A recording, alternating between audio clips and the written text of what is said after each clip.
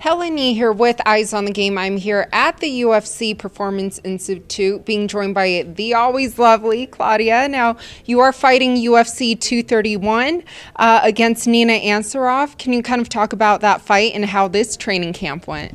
Hello, guys. I'm very happy with the fight. I wanted to fight before the end of the year.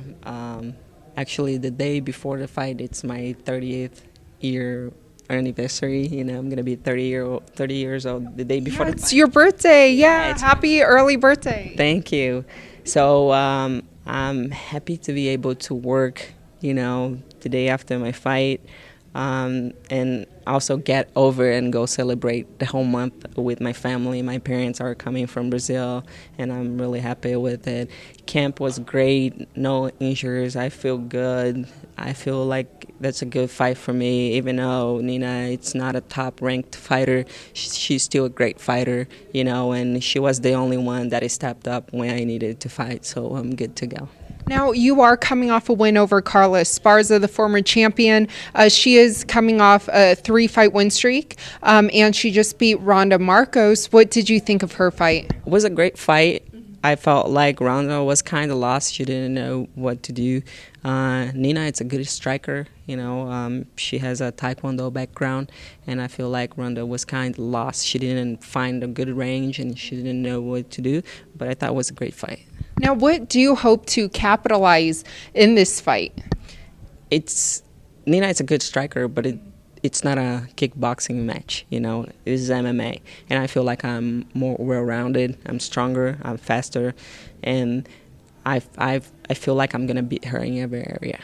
Now, where do you hope that a win over Nina will bring you in this division? Will get me, in 2-fight win streak. I'm not thinking about the title yet. I'm fixing things in my game. I'm concentrating and getting better. That's why I'm spending a lot of time here in the UFC Performance Institute. And I feel like I need a little bit of more time to get better and to feel better to get back there and fight for that title. Now, working here with the UFC Performance Institute, for the majority of this camp, have the people been about the same, as far as like sparring partners, or did you bring in other coaches, sparring partners? And I feel like if you keep doing the same thing over and over, you can't expect different results, so I'm always trying to do different things, especially now that I'm like the boss of my camp. I can bring people in and know what to do.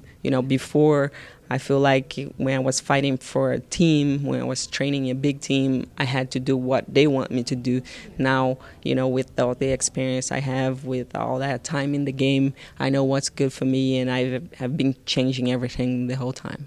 now, going to Canada, you told me you leave on Sunday, but so I follow you on Instagram and I watched your story. I think you know what I'm talking about. Can you kind of tell the viewers who may not have seen your story just kind of the confusion you have and what happened when you went there last time? Yeah, so I fought in Canada back in 2011. It was actually my first international fight. And 2 minutes before the fight, a guy from the commission athlete came up to me and he was like, "Where's your cup?" I was like, "What are you talking about?" He said, "You need a cup to fight in Canada, either men or women, you need a cup to fight." I was like, "Okay, come on. I don't have a cup." And then he told me, "All right, no cup, no fight." So I didn't know what to do. I wanted to fight, right? And I had a teammate fighting the same card.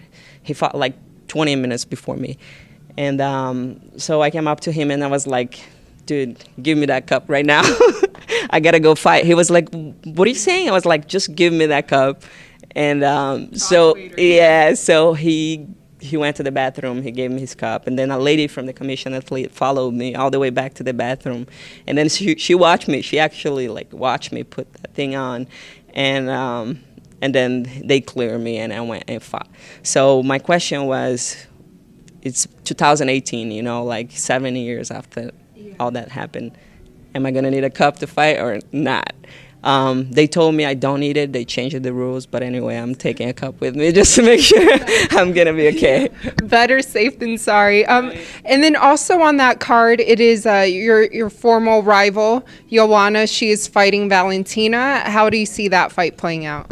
I don't know. It's going to be interesting. You know, it's MMA now.